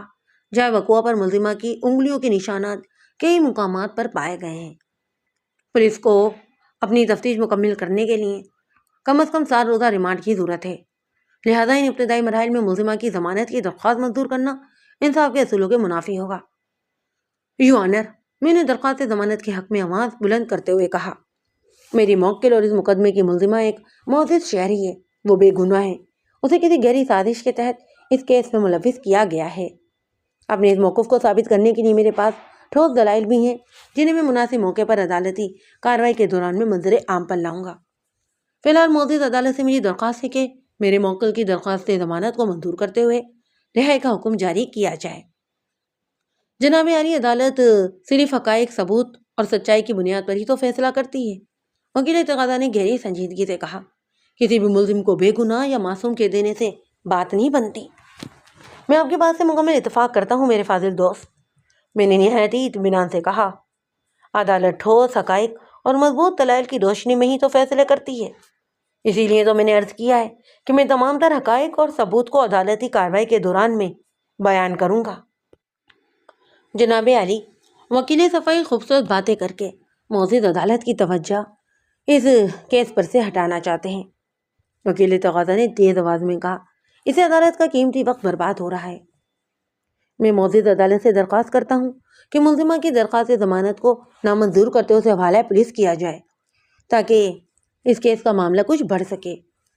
میں نے جج کی آنکھوں میں آنکھیں ڈال کر کہا، جناب عالی، یہ بات میں دعوے کے ساتھ کہہ سکتا ہوں کہ میری موکل کسی بھی قیمت پر اپنے شوہر سفیان علی کا خون نہیں کر سکتی۔ جج وکیل تقاضا عدالت میں موجود ہر شخص نے چونک کر میری طرف دیکھا۔ بیگ صاحب، آپ اپنے اس دعوے کے حق میں کچھ کہنا چاہتے ہیں؟ ضرور کہنا چاہوں گا جناب عالی، میں نے ہمیں گردن ہلاتے ہوئے کہا۔ آج 21 فروری ہے۔ گزشتہ روز یعنی 20 فروری وقوعے کی سابر میری موکل کو اس کے گھر سے اپنے شوہر کے قتل کے الزام میں گرفتار کیا گیا ہے، جبکہ صرف 8 روز پہلے یعنی 12 فروری کو میری موکلہ نے اپنے شوہر کے خلاف فیملی کورٹ میں ایک مقدمہ بھی دائر کیا تھا۔ عدالت کی جانب سے مقتول سفیان علی کو 22 فروری کو عدالت میں حاضر ہونے کا حکم بھی جاری کیا گیا اور 20 فروری کو سفیان علی کا قتل ہو جاتا ہے۔ یہ بڑی ہی حیرت اور اشمبے کی بات نہیں؟ بیگ صاحب، میری بات کے مکمل ہونے پر جج نے کہا، آپ کی موکلہ نے کس سلسلے میں فیملی کورٹ میں مقتول کے خلاف مقدمہ دائر کر رکھا تھا؟ جناب عالی، یہ خلا کا کیس تھا۔ میں نے ایک لفظ پر زور دیتے ہوئے کہا، خلا کا کیس؟ یس سر، میں نے ڈل انداز میں کہا۔ میری موکلہ اپنے شوہر کے ساتھ ہرگز نہیں رہنا چاہتی۔ کیوں؟ اس سوال کا جواب بہت طویل ہے۔ اگر ضرورت محسوس ہوئی تو عدالتی کارروائی کے دوران میں اس معاملے کی بھی وضاحت کر دوں گا۔ لمحاتی توقف کر کے میں نے گہری سانس لی، پھر اپنی بات کو جاری رکھتے ہوئے کہا، ملزمہ فوزیہ نے اپنے شوہر یعنی مقتولہ سفیان علی سے چھٹکارا حاصل کرنے کے لیے 12 فروری کو میری وکالت کے ساتھ ایک فیملی کورٹ میں خلا کا مقدمہ دائر کر رکھا ہے۔ عدالت بخوبی جانتی ہے کہ خلا کے کیسز کا فیصلہ بیوی کے حق میں ہونے میں زیادہ وقت بھی نہیں لگتا۔ فروری کے اختتام یا زیادہ سے زیادہ مارچ کے وسط تک میرے موکلہ کو ویسے بھی مقتول سے نجات حاصل ہو ہی جانا تھی، پھر وہ اسے قتل کرنے کی حماقت کیسے کر سکتی ہے؟ اور اگر اسے مقتول کی زندگی کا چراغ گل کر کے ہی مکتی پانا تھی تو پھر اس غریب کو میرے جیسے مہنگے وکیل کی بھاری فیس ادا کر کے خلا کا مقدمہ دائر کرنے کی ضرورت ہی کیا تھی؟ میں نے پھر خلا والے کیس کی نقل نکال کر جج کی جانب بڑھائی۔ اس فائل کے اندر موجود تمامی کاغذات اس بات کی گواہی دیتے ہیں کہ سفیان علی کو میری موکلہ نے قتل نہیں کیا۔ جج نے سرسری انداز میں فائل کی ورق گردانی کی اور پھر وکیل تقاضا کو مخاطب کرتے ہوئے پوچھا، وکیل صاحب، آپ اس بارے میں کیا کہتے ہیں؟ یہ ملزمہ فوزیہ کی کوئی گہری چال بھی ہو سکتی ہے جناب عالی، وہ خاصے پرجوش انداز میں بولا۔ اس نے پہلے خلا کا مقدمہ دائر کیا اور پھر ایک سازش کے تحت مقتول سفیان علی کو موت کے گھاٹ اتار دیا۔ خلا کا مقدمہ اس پیش بندی کا شاخ خزانہ ہو سکتا ہے کہ بعد میں ملزمہ پر شک کی گنجائش باقی ہی نہ رہے، اور میرے فاضل دوست اسی پیٹرن پر چل کر ملزمہ کی درخواست ضمانت منظور کروانے کی کوشش کر رہے ہیں۔ فوزیہ مجرم ہے، جائے وقوع کے چپے چپے پر اس کی انگلیوں کے نشانات ملے ہیں۔ اسی نے مقتول سفیان علی کو موت کی نیند سلایا ہے۔ مجھے سخت اعتراض ہے جناب عالی، میں نے احتجاجی لہجے میں کہا۔ وکیل سرکار، میری موکلہ کو مجرم گردان کر عدالت کے قواعد و ضوابط کی توہین کر رہے ہیں۔ جب تک اسے ملزم کا جرم ثابت نہیں ہو جاتا نا، اسے جرم نہیں کہا جا سکتا۔ علاوہ ازیں میرے فاضل دوست نے بہت زور دے کر کہا ہے کہ میری موکل ہی نے مقتول سفیان علی کو موت کی نیند سلایا ہے۔ میں معزز عدالت کی اجازت سے وکیل تقاضا سے صرف یہ پوچھنا چاہتا ہوں کہ کیا انہوں نے اپنی آنکھوں سے میری موکلہ کو قتل کی یہ واردات کرتے ہوئے دیکھا ہے؟ ملزمہ کا جرم ثابت نہیں ہوا تو بہت جلد ثابت ہو جائے گا، وہ ڈٹائی سے بولا۔ اور جہاں تک ملزمہ کی قتل کی واردات میں ملوث ہونے کا سوال ہے تو مناسب وقت آنے پر اس امر کا ٹھوس ثبوت بھی میں مہیا کر دوں گا۔ ہمارے پاس ایک چشم دید گواہ بھی موجود ہے۔ وہ لمحے بھر کے لیے رکا، پھر اپنا بیان مکمل کرتے ہوئے بولنے لگا۔ جناب علی، جائے وقوع پر مقدس نشانات اور ملزمہ کی انگلیوں کے موجود ہیں، اور تقاضا کے پاس جو عینی شاہد ہے اس نے بھی ملزمہ کو جائے وقوع پر جاتے اور وہاں سے واپس آتے ہوئے دیکھا ہے۔ اگر ملزمہ کی ضمانت قبول کر لی گئی تو تفتیش کے راستے میں انگنت رکاوٹیں کھڑی ہو سکتی ہیں، لہذا میری عدالت سے اقتضا ہے کہ ملزمہ کی درخواست ضمانت کو رد کرتے ہوئے عرصہ 7 یوم کے ریمانڈ دے دیا جائے تاکہ جلد از جلد اس مقدمے کا چالان پیش کر دیا جائے۔ وکیل تقاضا کے خاموش ہونے پر میں نے کہا، یور آنر، میری موکلہ بالکل بے قصور ہے۔ اسے کسی سوچی سمجھی سازش کے تحت اس کیس میں پھنسانے کی کوشش کی جا رہی ہے۔ فی الحال میں تفصیلات میں تو نہیں جانا چاہتا کیونکہ اس سے آگے والی عدالتی کارروائی کے متاثر ہونے کا شدید خدشہ ہے۔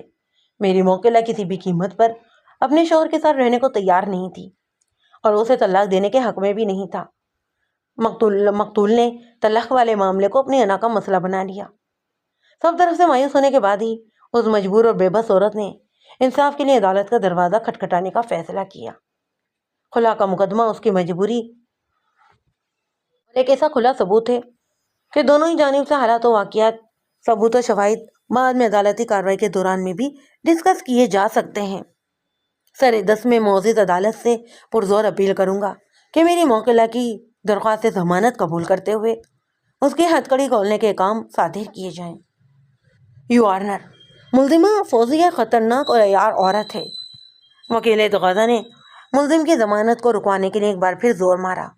اگر اس کی ضمانت منظور کر لی گئی تو تفتیش کی راہ میں بہت سی رکاوٹیں کھڑی ہو جائیں گی۔ ہمارے درمیان مزید 15-20 منٹ تک اسی نوعیت کی نوک جھونک چلتی رہی۔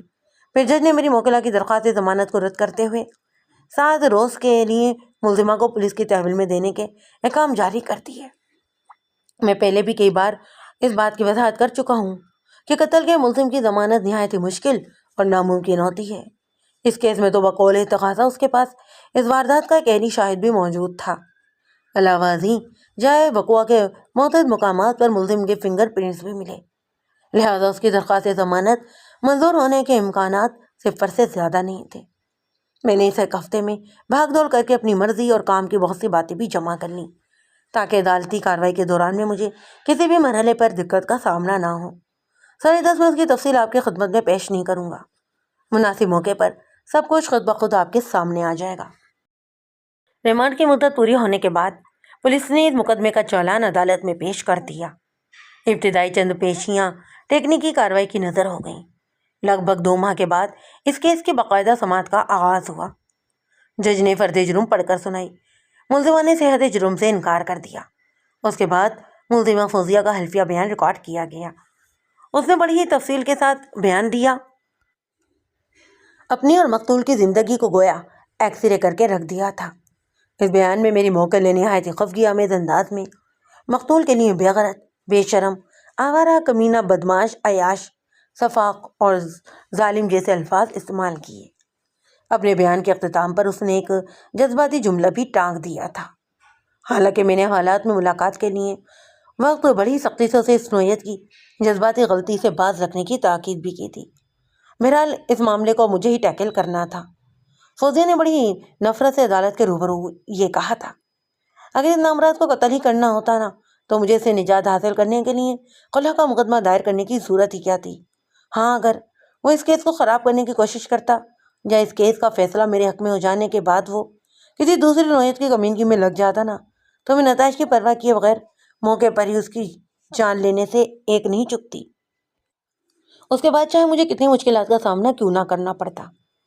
ٹھیک ہے، یہ فوزیہ کا ایک جذباتی بیان تھا، لیکن اس کے ساتھ ہی یہ جوش بھرے الفاظ اس کے احساسات اور جذبات کی سچائی کی ترجمانی بھی کرتے۔ حالات نے دکھوں کی ماری کو گھٹ گھٹ کر جینے کے بجائے ایک باری اذیت سے گزر جانے پر راضی کر لیا تھا۔ وہ ذہنی طور پر مرو یا مار دو کے اصول پر عمل پیرا ہونے کا فیصلہ کر چکی تھی۔ اس نے اپنے حلفیہ بیان میں نرگس کی ٹیلی فون کال کی بھی تفصیل شامل کر دی جو اس کے کیس کو مضبوطی بخش دی۔ ارتقاضہ کی جانب سے گواہان کی نہایت ہی مختصر سی فہرست تیار کی گئی، لیکن میں یہاں پر صرف انہی گواہوں کا تذکرہ کروں گا جن کے بیان میں کوئی کام کی بات موجود ہوگی، یعنی گواہوں کی یہ فہرست اور بھی مختصر ہونے کے روشن امکانات ہیں۔ ارتقاضہ کی جانب سے شہادتوں کا سلسلہ شروع ہونے سے قبل ہی میں نے جیسے درخواست کی یوانر، میں اس کیس کے تفتیشی افسر سے چند اہم سوال کرنا چاہتا ہوں۔ جن نے میری فرمائش پوری کر دی۔ اگلے ہی لمحے تفتیشی افسر وٹنس گواہوں والے کٹہرے میں آ کر کھڑا ہو گیا۔ کسی بھی کیس میں تفتیشی افسر یا انکوائری آفیسر کی حیثیت ارتقاضہ کے ایک گواہ جیسی ہوتی ہے، اور اسے ہر پیشی پر ہر حالت میں عدالت میں حاضر ہونا پڑتا ہے۔ اس کیس کا انکوائری آفیسر عہدے کے لحاظ سے ایک ایسائی تھا۔ وہ ایک فرما اندام مگر چست و چالاک پولیس والا بھی تھا۔ میں گواہوں والے کٹہرے کے قریب آ گیا اور آئیو کی آنکھوں میں دیکھتے ہوئے سوال کیا، آئیو صاحب، مجھے پتہ چلا ہے کہ آپ اپنے ڈپارٹمنٹ میں اے جی کے نام سے جانے اور پکارے جاتے ہیں۔ یہ اے جی کیا شے ہے؟ وزیر اعلیٰ مسکراتے ہوئے بولا، اے جی مطلب عبدالغفار۔ وہ ایک پستہ کامد اور فرما اور پھولے پھولے گالوں والا ایسائی تھا، اور جب وہ مسکراتا تو اس کے گالوں میں ڈمپل بھی پڑ جاتے۔ میں نے اس کے جواب پر سرسری انداز میں کہا، او اچھا، ایڈی یعنی کہ اللہ دیتا جی این اے سے غلام نبی۔ میں دراصل یہ سمجھا کہ ایڈی شاید کوئی ڈگری وغیرہ ہے، یا پھر اے جی کا مطلب اکاؤنٹنٹ جنرل ہے۔ مجھے اے جی سندھ بھی کہا جا سکتا ہے۔ اس نے میرے تبصرے پر کچھ کہنا مناسب نہ جانا اور چپ چاپ گہری نظر سے مجھے دیکھتا چلا گیا۔ میں نے سوالات کے سلسلے کا آغاز کرتے ہوئے کہا، اے جی صاحب، آپ کو اس واقعے کی اطلاع کب اور کس نے دی؟ ہمارے روز نامچے کے مطابق یہ اطلاع وقوع کے روز یعنی 20 فروری کو بذریعہ ٹیلی فون دی گئی۔ وہ پرسوچ نظروں سے مجھے دیکھتے ہوئے بولا، اور اطلاع دینے والے کا نام ہے نورین۔ نورین؟ میں نے زیر لب دہرایا، پھر مصنوعی حیرت کا اظہار کرتے ہوئے کہا، یہ نورین کون ہے؟ میرا مطلب ہے مقتول کی بیوہ۔ لیکن مقتول کی ایک بیوہ کا نام تو رضوانہ بھی ہے۔ میں نے تیز نظر سے تفتیشی افسر کو گھورتے ہوئے کہا، اور دوسری بیوی اس کیس کی ملزمہ اور میری موکلہ فوزیہ ہے۔ آپ نے یہ تیسری بیوی کہاں سے پیدا کر لی؟ میرا مطلب ہے کہاں سے نکال لی ہے؟ وہ میرے اس چوبتے ہوئے سوال پر تل ملا کر رہ گیا۔ تاہم کوئی بھی سخت قسم کا رد عمل ظاہر کرنے کے بجائے اس نے تنزیہ لہجے میں جواب دیا، نورین کو میں نے نہیں بلکہ اس کے والدین نے پیدا کیا ہے، اور جہاں تک کہیں سے نکالنے کا تعلق ہے تو اس میں بھی میرا کوئی ہاتھ نہیں۔ مقتول نے اسے باقاعدہ نکاح کر کے اسے بہادر آباد والی فلیٹ پر رکھا ہوا تھا۔ وہ مقتول کی تیسری بیوہ ہے۔ قتل چونکہ اس کے فلیٹ پر ہوا تھا، اسی لیے اسی نے تھانے فون کر کے ہمیں اس واردات کی اطلاع دی۔ میں نے جناح کے سلسلے کو آگے بڑھاتے ہوئے نہایت ہی سنجیدگی سے کہا، اے جی صاحب، آپ نے یہ نہیں بتایا کہ یہ اطلاع آپ کو کتنے بجے دی گئی؟ لگ بھگ 2:30 بجے۔ اس نے جواب دیا، یعنی 2:30 پر؟ جی ہاں۔ 2:30 کا مطلب 2:30 ہی تو ہوتا ہے۔ وہ برا سا منہ بناتے ہوئے بولا۔ اوکے۔ میں نے اس کی تکلیف پر پھر پایا رکھتے ہوئے سوال کیا، مقتول کی بیوہ نورین نے اپنے شوہر مقتول سفیان علی کی موت کی اطلاع کن الفاظ میں دی تھی؟ صرف ایک لائن میں۔ وہ ٹھہرے ہوئے لہجے میں بولا، جلدی پہنچیں، کسی نے میرے شوہر کو قتل کر دیا ہے۔ آپ کے کہنے کا مطلب یہ ہے کہ نورین نے اپنی آنکھوں سے مقتول کو قتل ہوتے ہوئے دیکھا تھا؟ میں نے ایسا تو کچھ نہیں کہا۔ وہ جلدی سے بولا، اگر نورین نے اپنی آنکھوں سے جو قتل ہوتے دیکھا ہوتا تو پھر اس کے الفاظ یہ ہوتے، جلدی پہنچیں، فوزیہ نے میرے شوہر کو قتل کر دیا ہے۔ تو گویا آپ یہ کہنا چاہ رہے ہیں کہ نورین فوزیہ کی صورت آشنا ہے۔ سوتنوں کی ایک دوسروں کی صورت آشنا تو ہونا ہی چاہیے۔ وہ جو انداز میں بولا اور بات ختم کر کے ادھر ادھر دیکھنے لگا۔ میں نے قدر سخت لہجے میں کہا، یہ کوئی فارمولہ نہیں۔ اس نوعیت کی شادیوں میں شوہر عموماً اپنی دوسری، تیسری یا چوتھی بیوی کو اپنی پہلی یا دوسری، تیسری بیوی سے چھپا کر رکھنے کی کوشش کرتا ہے تاکہ نقص امن کا خطرہ پیدا نہ ہو اور وہ اپنے نصیب کی آکسیجن کو اپنی مرضی سے پھیپھڑوں میں اتارتا رہے۔ اس نے میری وضاحت پر کوئی تبصرہ ضروری نہ جانا۔ میں نے پوچھا، آپ جائے وقوع پر کتنے بجے پہنچے تھے؟ ٹھیک 3 بجے ساپیر، اور ٹھیک 4 بجے آپ نے میری موکلہ کو اس کے گھر سے اپنے شوہر کے قتل کے الزام میں گرفتار کر لیا۔ میں نے اس کی آنکھوں میں دیکھتے ہوئے کہا تھا، آئی ایم رائٹ؟ جی، آپ بالکل درست کہہ رہے ہیں۔ کموں پہ 4 بجے میں نے ملزمہ کو گرفتار کیا۔ میرا غیر محسوس انداز میں اپنا جال پھیلاتے ہوئے کہا، ٹھیک ہے، آپ ٹھیک 3 یا 4 بجے جائے وقوع پر یعنی نورین کے فلیٹ پر واقع بہادر آباد پہنچے۔ فلیٹ کے اندر آپ نے دیکھا کیا تھا؟ جب میں اور 2 ماتحت اہلکار جائے واردات پر پہنچے تو دروازہ مقتول کی بیوی نورین نہیں کھولا، وہ ہمیں سیدھی بیڈ روم میں لے گئی۔ وہ بڑے ہی اعتماد کے ساتھ وضاحت کرتے ہوئے بولا، اور بیڈ روم میں بیڈ کے اوپر مقتول سفیان کی لاش پڑی تھی۔ بیڈ پر لاش پڑی تھی؟ میں نے عجیب سے لہجے میں کہا۔ مطلب پہلی نظر دیکھ کر ہی آپ کو اندازہ ہو گیا کہ سفیان علی کو زندوں میں شمار نہیں کیا جا سکتا؟ جی ہاں، اس کی کھوپڑی کا جو حشر ہو چکا تھا اس میں کسی شک و شبے کی تلاش نہیں کی جا سکتی۔ سارا ہی لباس اور بیڈ کا کچھ حصہ بھی خون آلود تھا۔ مجھے یہ اندازہ قائم کرنے میں کسی دقت کا سامنا نہیں ہوا کہ سفیان علی موت کے گھاٹ اتر چکا ہے۔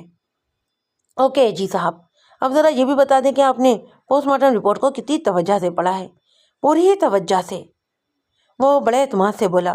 میں نے خود کلامی کے انداز میں کہا، پڑھا تو میں نے بھی ہے۔ پھر اس کی آنکھوں میں دیکھتے ہوئے پوچھا، میں آپ سے چند امور کی تصدیق چاہتا ہوں، کیا آپ میرے چند سوالات کے مختصر جواب دینا پسند کریں گے؟ ضرور، آپ پوچھیں کیا پوچھنا چاہتے ہیں؟ میں نے پوچھا، پوسٹ مارٹم رپورٹ کے مطابق مقتول سفیان کی موت 20 فروری کی دوپہر 1 اور 3 بجے کے درمیان واقع ہوئی۔ جی ہاں، اس کی کھوپڑی پر سائنسر لگے .38 کے پستول سے فائر کیا گیا۔ درست، صرف ایک گولی نے ہی مقتول کا کام تمام کر دیا۔ جی، رپورٹ تو یہی بتاتی ہے، اس نے جواب دیا۔ کھوپڑی کے اندر دھسنے والی گولی نے اس کی کھوپڑی کے پرخشے اڑا دیے اور بھیجا کھوپڑی کے اندر سے نکل کر ادھر ادھر بکھر گیا، اور یہ فائر بے آواز فائر تھا اور بہت ہی نزدیک سے کیا گیا تھا۔ اس نے ہمیں گردن ہلائی۔ پوسٹ مارٹم رپورٹ میں بڑی وضاحت کے ساتھ لکھا ہوا ہے کہ مقتول پر گولی اس کی بے خبری میں چلائی گئی تھی۔ میں نے ایک نہایت ہی اہم سوال کیا، اور یہ گولی مقتول کی کھوپڑی کے عقبی حصے سے اس کے بھیجے میں داخل ہوئی، یعنی قاتل نے مقتول کے عقب سے نہایت ہی کم فاصلے سے اس پر ایک بے آواز فائر کیا۔ جی، یہی حقیقت ہے۔ میں نے جرح کا زاویہ تبدیل کرتے ہوئے اپنے سوالات میں تیزی پیدا کی اور پوچھا، یقیناً موقع واردات کی ضروری کارروائی مکمل ہونے کے بعد ہی آپ نے ملزمہ کے گھر کا رخ کیا ہوگا۔ ظاہر ہے، آپ کس کی نشاندہی یا رہنمائی میں ملزمہ فوزیہ کو گرفتار کرنے طارق روڈ کی سمت لپکے تھے؟ میں نے گرجنے والے انداز میں پوچھا۔ نورین نے فوزیہ کو وہاں آتے جاتے نہیں دیکھا تھا، اور اگر دیکھا بھی ہوتا تو وہ پہچان نہیں سکتی تھی، کیونکہ آپ ہی کے مطابق وہ ایک دوسرے کی صورت آشنا نہیں ہے۔ پھر آپ نے یہ معاملہ کس طرح ٹیکل کیا؟ بات دراصل یہ ہے جناب، ہمیں جائے وقوع سے ایک ایسا گواہ مل گیا جس نے ملزمہ کو نورین کے فلیٹ کے اندر داخل ہوتے ہوئے دیکھا تھا۔ اوہ، اچھا۔ میں نے قطع کلامی کرتے ہوئے کہا، کہیں یہ وہی تو گواہ نہیں جس کا ارتقاضہ رپورٹ میں بڑی دھوم دھام کے ساتھ ذکر کر رہا تھا؟ جی ہاں، وہی۔ کیا میں اس گواہ کا نام جان سکتا ہوں؟ فہمیدہ، آنٹی فہمیدہ، اس نے جواب دیا۔ تو آپ کا دعویٰ یہ ہے کہ یہ عینی شاہد فہمیدہ آنٹی ملزمہ فوزیہ کو شکل و صورت سے اچھی طرح پہچانتی ہے؟ میں نے اس کی آنکھوں میں دیکھتے ہوئے سوال کیا۔ جی بالکل۔ کیا فہمیدہ آنٹی نورین کو بھی پہچانتی اور جانتی ہے؟ نہیں۔ تھینک یو ایس جی صاحب۔ میں نے تفتیشی افسر پر جرح ختم کرتے ہوئے اپنا روئے سخن جج کی سمت موڑتے ہوئے کہا، مجھے اور کچھ نہیں پوچھنا جناب عالی۔ آئیو نے سکی سانس لی۔ اس کے بعد ارتقاضہ کی جانب سے کوئی گواہ مزید پیش کرنے کی نوبت ہی نہیں آئی، کیونکہ عدالت کا وقت مقررہ ختم ہو چکا تھا۔ آئندہ پیشی پر آنٹی فہمیدہ کو ارتقاضہ کی جانب سے پیش کیا گیا۔ آنٹی فہمیدہ کی عمر 40 سے اوپر تھی۔ وہ درمیانی قد اور بھاری بھرکم بدن کی مالک ایک قبول صورت عورت تھی۔ اس نے آنکھوں پر نظر کا چشمہ بھی لگا رکھا تھا، اور موسم کی مناسبت سے اس نے پرنٹڈ لون کا سوٹ زیب تن کر رکھا تھا۔ فہمیدہ نے آنٹی نے اپنا جب حلفیہ بیان ریکارڈ کروایا تو وکیل تقاضہ نے اسے اپنے نرگے میں لے لیا۔ میں نے تقاضہ کے اس کردار سے متعلق اپنی تحقیقات مکمل کر کے اچھی خاصی مفید معلومات جمع کر لی تھی۔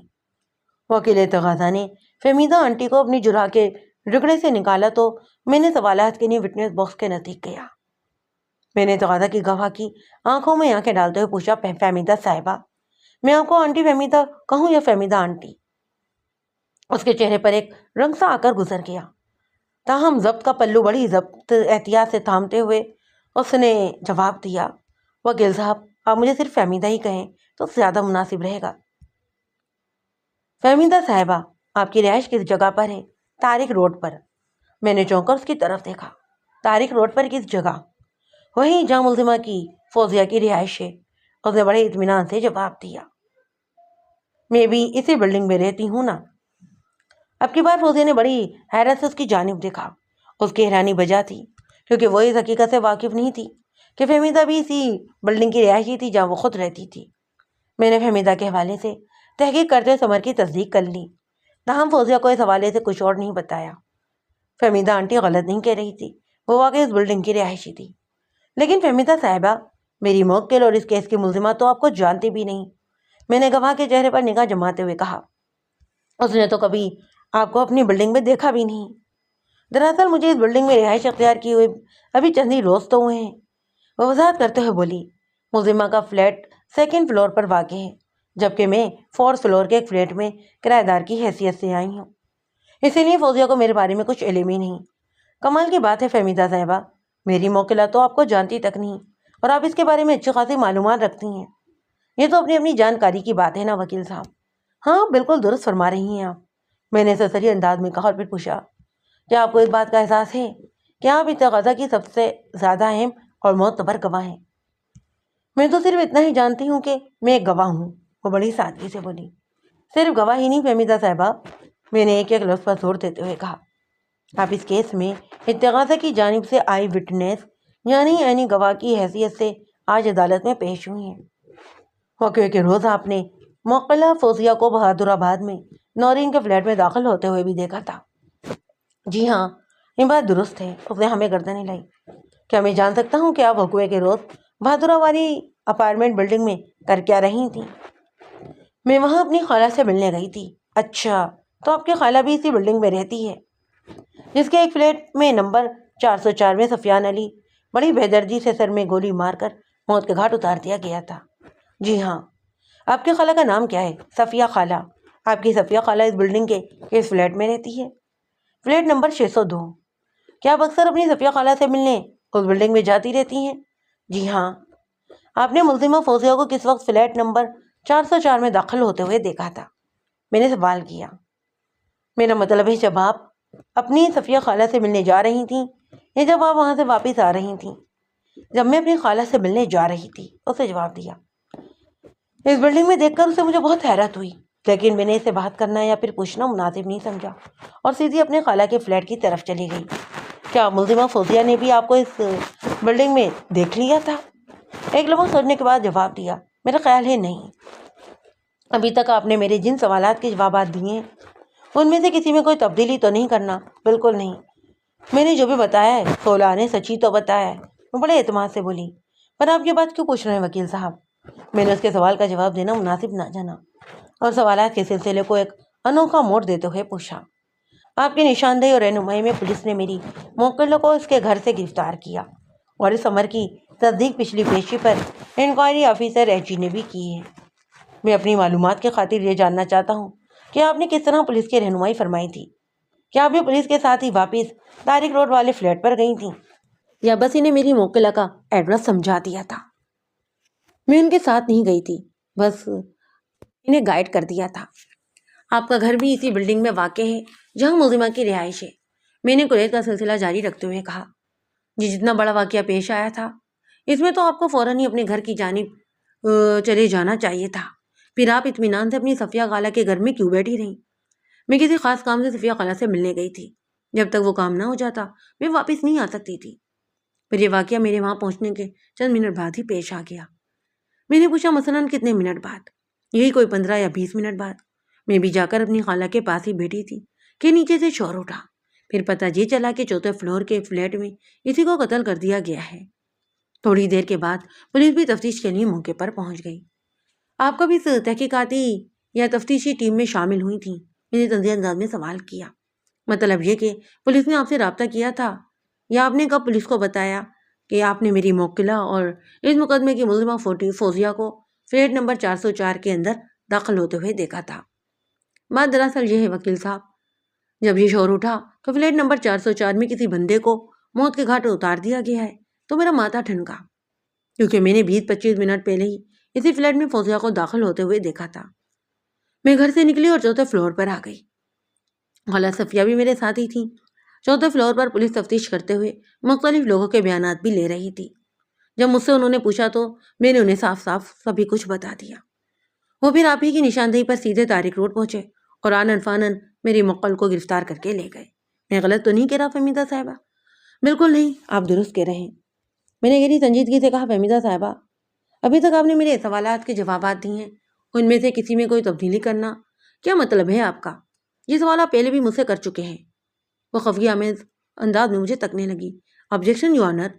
وکیل تقاضا نے بھی نعرہ مستانہ لگاتے ہوئے فوراً اپنی گواہ کی مدد کو لپکا۔ جناب عالی میرے فاضل دوست تقاضا کی معزز گواہ کو خام خواہ ہراساں کرنے کی کوشش کر رہے ہیں۔ انہیں ایسے ہتھ کنڈے آزمانے سے باز رکھا جائے۔ جج نے سوالیہ نظر سے مجھے دیکھا۔ میں نے کہا جناب عالی میرے سوال کا ایک خاص مقصد ہے۔ اگر تقاضا کا گواہ صرف ایک بار جواب دے دے تو میں آئندہ کسی بھی انتہا سوال نہیں کروں گا۔ اب کی بار جج نے سوالیہ انداز میں فہمیدہ آنٹی کی طرف دیکھا۔ وہ جلدی سے بولی، میں نے خدا کو حاضر و ناظر جان کر سبھی کو سچ بتایا ہے۔ اب آپ کی مرضی ہے میری بات کا یقین کریں یا نہ کریں۔ آپ نے کہا اور میں نے یقین کر لیا فہمیدہ ماسی۔ میں نے ایک ایک لفظ پر دباؤ ڈالتے ہوئے کہا۔ فہمیدہ کے چہرے پر ایک رنگ سا آ کر گزر گیا۔ اس نے گھبرا کر وکیل تقاضا کی جانب دیکھا۔ وکیل تقاضا کچھ زیادہ ہی جوش میں آ گیا اور آتشی لہجے میں بولا، وکیل اعلیٰ جناب عالی۔ وکیل صفائی نے تمام اخلاقی حدود کو پامال کر دیا ہے۔ تقاضا کی معزز گواہ کو ماسی یعنی نوکرانی کہہ دینا انتہائی گری ہوئی حرکت ہے۔ It is too much your owner. وکیل تقاضا کے اعتراض پر جج نے بھی تشویش بھرے انداز میں مجھے گھورا اور پوچھا، بیگ صاحب آپ نے تقاضا کی گواہ کے لیے اس قسم کے الفاظ کیوں استعمال کیے ہیں؟ عدالت وضاحت چاہتی ہے۔ جناب عالی، میں نے نہایت ہی عزت و احترام کے ساتھ اپنی معلومات کا دریا بہاتے ہوئے کہنا شروع کیا۔ پھول کو پھول، مالی کو مالی اور گالی کو گالی کہنا کسی بھی طور اخلاق سے گری ہوئی حرکت نہیں۔ اسی طرح میں نے دانی سا توقف کر کے ایک سانس لی، پھر بات مکمل کرتے ہوئے کہا، اسی طرح ماسی کو ماسی کہنا بھی کوئی جرم نہیں ہے یور آنر۔ آپ کا مطلب کیا ہے؟ تقاضا کی گواہ فہمیدہ گھروں میں کام کرنے والی ایک نوکرانی ہے؟ جج کے سوال سے بے یقینی جھلکتی تھی، دری یا شک، میں نے ٹھوس انداز میں کہا، اور میں اپنے دعوے کو بھی معزز عدالت کے سامنے سچ بھی کر کے دکھا سکتا ہوں۔ جج نے باری برکم آواز میں مجھے اجازت دے دی۔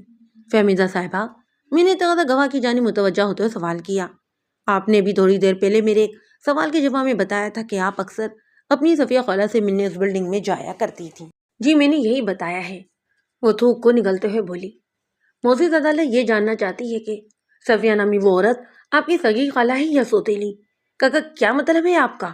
وہ بے ساختہ بولی، پھر بڑھائے ہوئے لہجے میں سوال کیا، آپ کہنا کیا چاہتے ہیں؟ اس دوران میں تقاضا کی سب سے اہم گواہ فہمیدہ آنٹی کے بارے میں اچھی خاصی تحقیق اور تفتیش کر چکا تھا، لہٰذا میں نے بستور اس کی آنکھوں میں جھانکتے ہوئے کہا، ویری سمپل، میں نے یہ پوچھا ہے کہ صفیہ رشتے میں آپ کی خالہ ہے، یعنی وہ آپ کی والدہ کی بہن ہے یا پھر محض نام کی خالہ ہے، جیسا کہ ہم کسی بھی خاتون کو خالہ کہہ دیا جاتا ہے؟ اس نے اپنے لہجے میں مضبوطی پیدا کرتے ہوئے کہا، صفیہ میری سگی خالہ ہے۔ ویری گڈ، میں نے استضائیہ انداز میں کہا، پھر پوچھا، اس کا مطلب ہے آپ رضیہ نامی کسی عورت کو بھی جانتی ہوں گی؟ کون رضیہ؟ بے ساختہ ہی اس کے منہ سے نکلا، کمال ہے، آپ رضیہ کو نہیں جانتی؟ میں نے اسے آڑے ہاتھوں لیا، بھئی میں گلشن اقبال والی رضیہ کی بات کر رہا ہوں، تمہاری صفیہ خالہ کی سگی بہن۔ کیا رضیہ کو خالہ کہتے ہوئے تمہیں موت آتی ہے؟ میں اچانک ہی آپ سے تم پر اتار آیا۔ اس کے ساتھ ہی میرا انداز بھی خاصا جھاریانہ ہو گیا تھا۔ وہ گھبرا گئی اور جلدی سے بولی، او ہاں جی وہ بھی میری سگی خالہ ہے۔ آپ نے بس اچانک سوال کیا تو میں الجھ کر رہ گئی۔ کوئی بات نہیں، اگر تم اس الجھن سے نکل آئی ہو تو میں سوالات کے سلسلے کو آگے بڑھاؤں؟ جی ضرور، اس نے اٹک کر کہا۔ فہمیدہ، میں نے بستور سخت لہجے میں کہا، تھوڑی دیر پہلے تم نے میرے ایک سوال کے جواب میں معزز عدالت کو بتایا تھا کہ وقوع کے روز تم کسی خاص کام سے اپنی صفیہ خالہ سے ملنے مقتول والی بلڈنگ میں گئی تھی، یعنی بہادر آباد والی اپارٹمنٹ بلڈنگ میں جہاں نورین اور فوزیہ رضوانہ کے شوہر سفیان علی کو قتل کر دیا گیا۔ جی بالکل، میں نے بھی یہی بتایا ہے، اس نے مختصر جواب دیا۔ وہ ضروری کام تھا کیا؟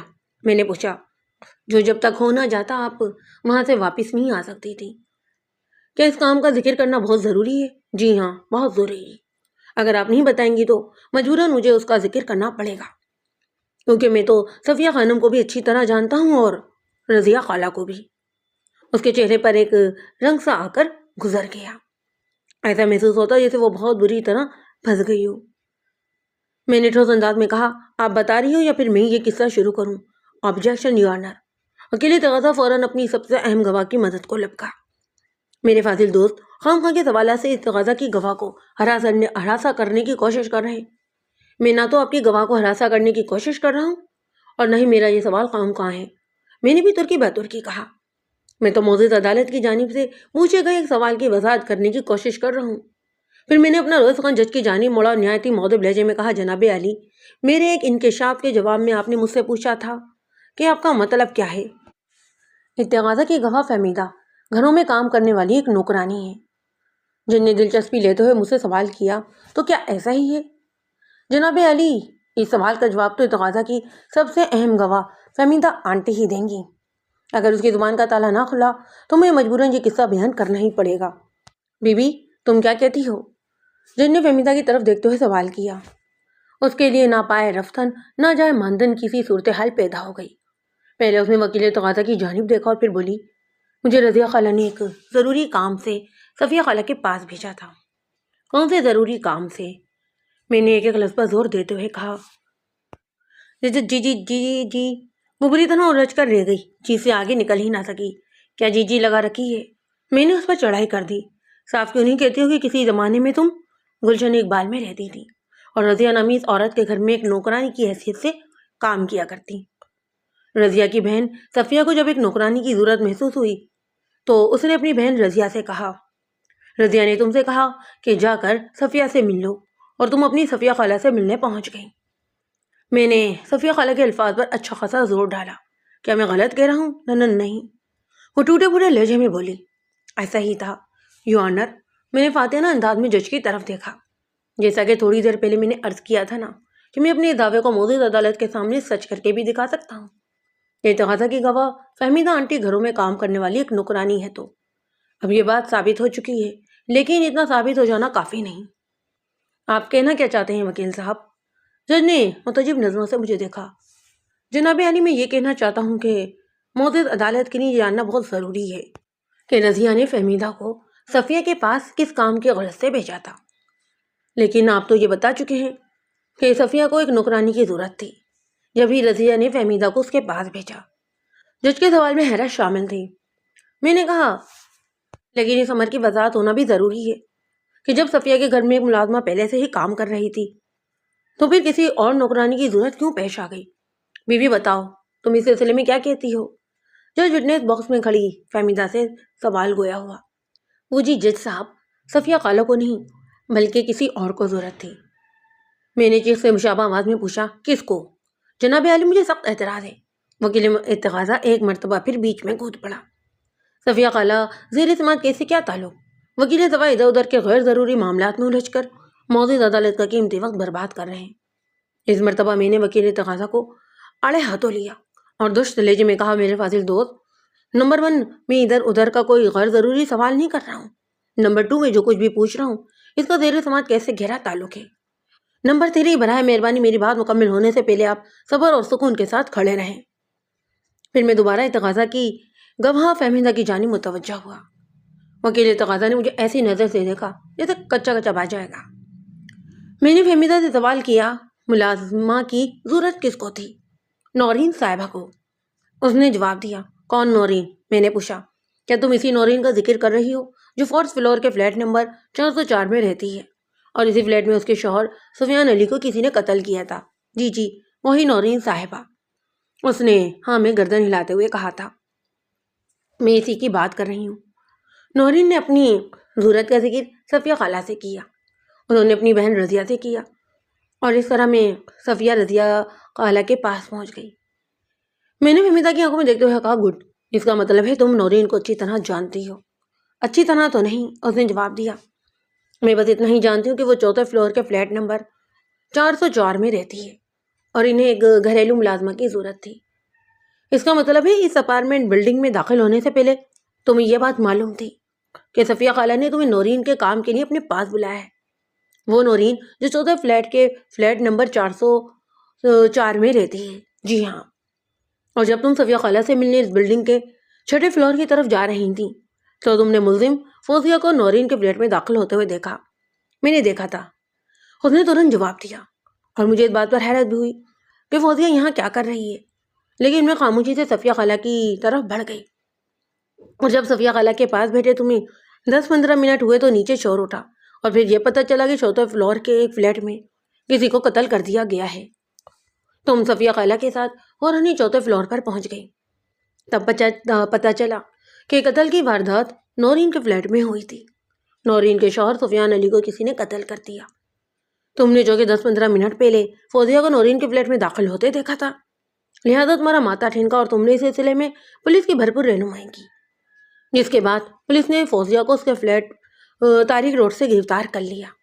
حالات و واقعات کے بیان میں اگر مجھ سے کوئی غلطی ہو گئی ہو تو تم اس کی تصحیح کر سکتی ہو۔ نہیں، آپ نے جو کچھ کہا ہے ٹھیک ہی کہا ہے۔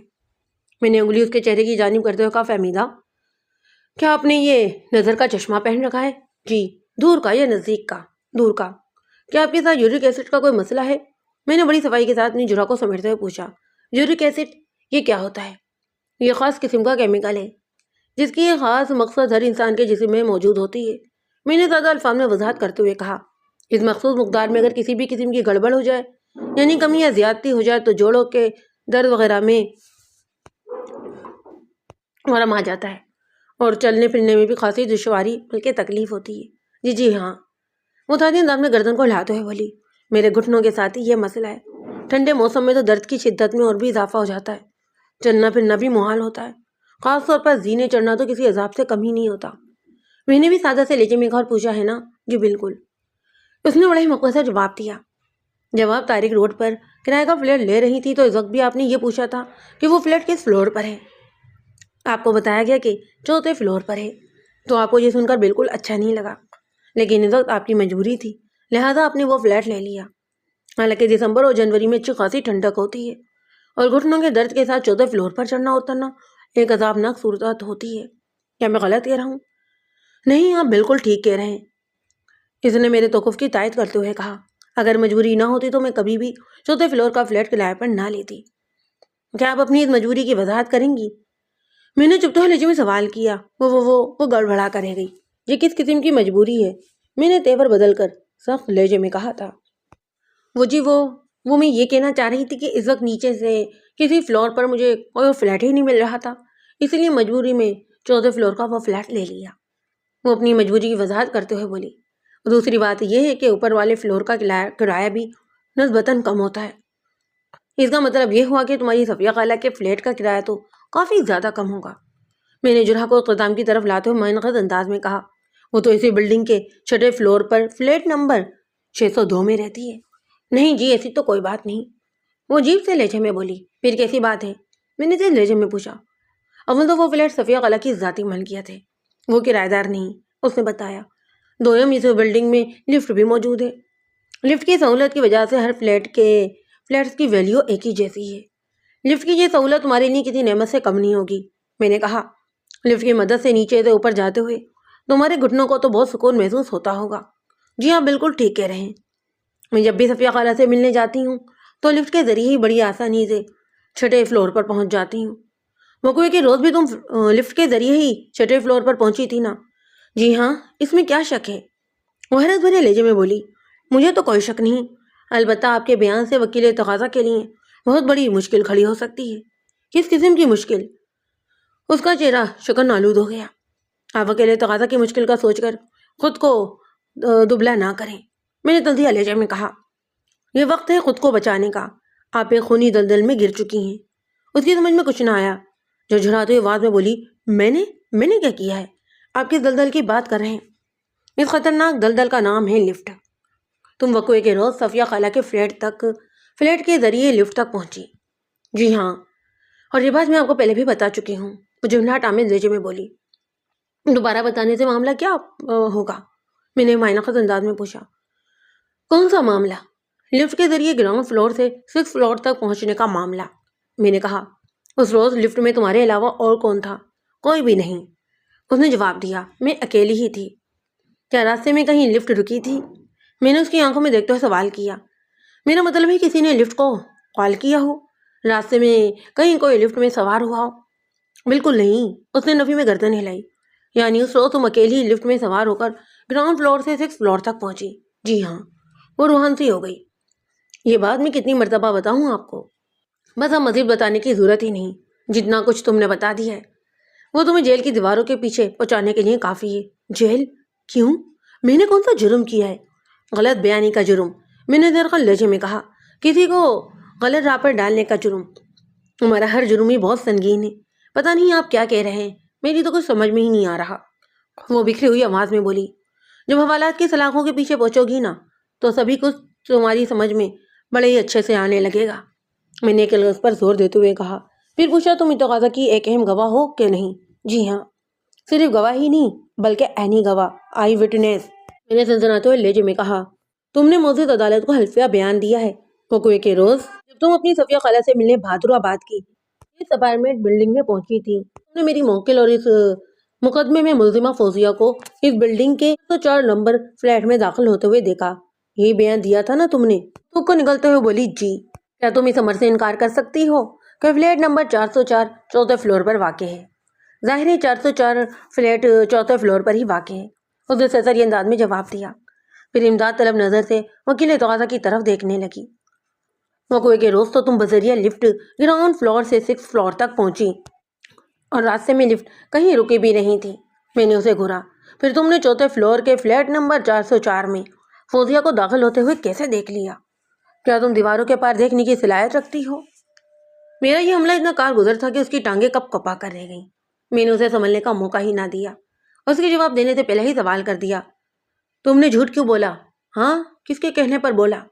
وہ کٹہرے کی چوبی ریلنگ کو تھام کر گہری گہری سانس لینے لگی۔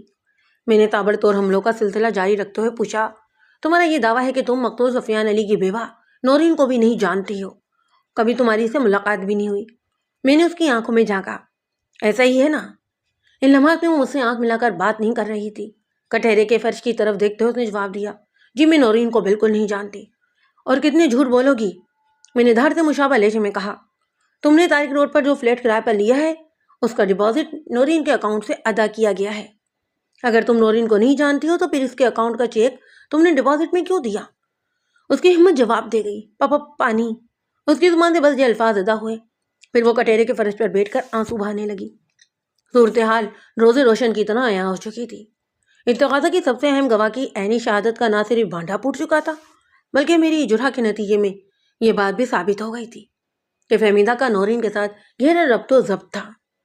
جناب علی، میں نے اپنا روئے سخن جج کی جانب موڑتے ہوئے کہا، مجھے یقین ہے کہ سفیان علی کے قتل میں بالواسطہ یا بلا واسطہ فہمیدہ ہی ملوث ہے۔ معزز عدالت سے میں درخواست کروں گا کہ فہمیدہ کو شامل تفتیش کیا جائے تاکہ دودھ کا دودھ اور پانی کا پانی الگ ہو سکے۔ That is all your owner.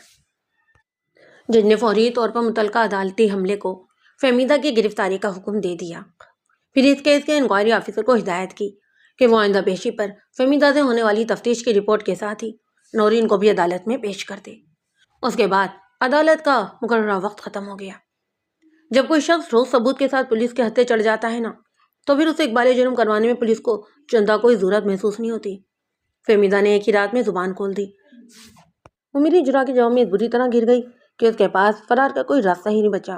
گویا میرے سوالات نے اس کی جھوٹ کے تابوت میں آخری کیل ٹھونک دی تھی۔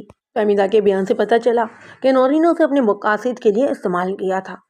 وہ سفیان کو قتل کرنے کا منصوبہ بنا چکی تھی۔ اس کا دکھ بھی فوزیہ کے دکھ جیسا ہی تھا، لیکن وہ فوزیہ سے زیادہ چال باز اور جوشیلی نکلی۔ اس نے اپنے منصوبے کی تکمیل کے لیے خاص پلاننگ کے تحت فہمیدہ کو طارق روڈ والے فلیٹ پر بسایا تاکہ اس واردات کا ایک عینی شاہد پیدا کیا جا سکے۔ نورین فوزیہ سے بھی نفرت کرتی تھی، لہٰذا اپنی سوتن کو سبق سکھانے اور قتل کی اس واردات میں پھنسانے کے لیے اسے نرگس بن کر فوزیہ کو فون کیا اور اسے اپنے فلیٹ پر بلا لیا۔ فوزیہ اپنی سادگی کے باعث نورین کے جل میں آ گئی۔ اس کے بعد جو کچھ ہوا اس کی تفصیل آپ جان ہی چکے ہیں۔ سفیان علی کو نورین نے سائلنسر لگے پستول سے قتل کیا، لیکن نورین کی گرفتاری کے لیے پولیس کو کافی پاپڑ بیلنا پڑے۔ جیسے ہی نورین کو پتہ چلا نا کہ فہمیدہ پولیس کی گرفت میں آ گئی ہے، وہ منظر سے غائب ہو گئی۔ 10-15 دن کی تلاش کے بعد آخرکار پولیس نے نورین کو راول پنڈی سے گرفتار کر لیا۔ اپنی تحویل میں لانے کے بعد جب پولیس نے اس پر سختی کی تو اس نے سفیان کے قتل کا اقرار کر لیا۔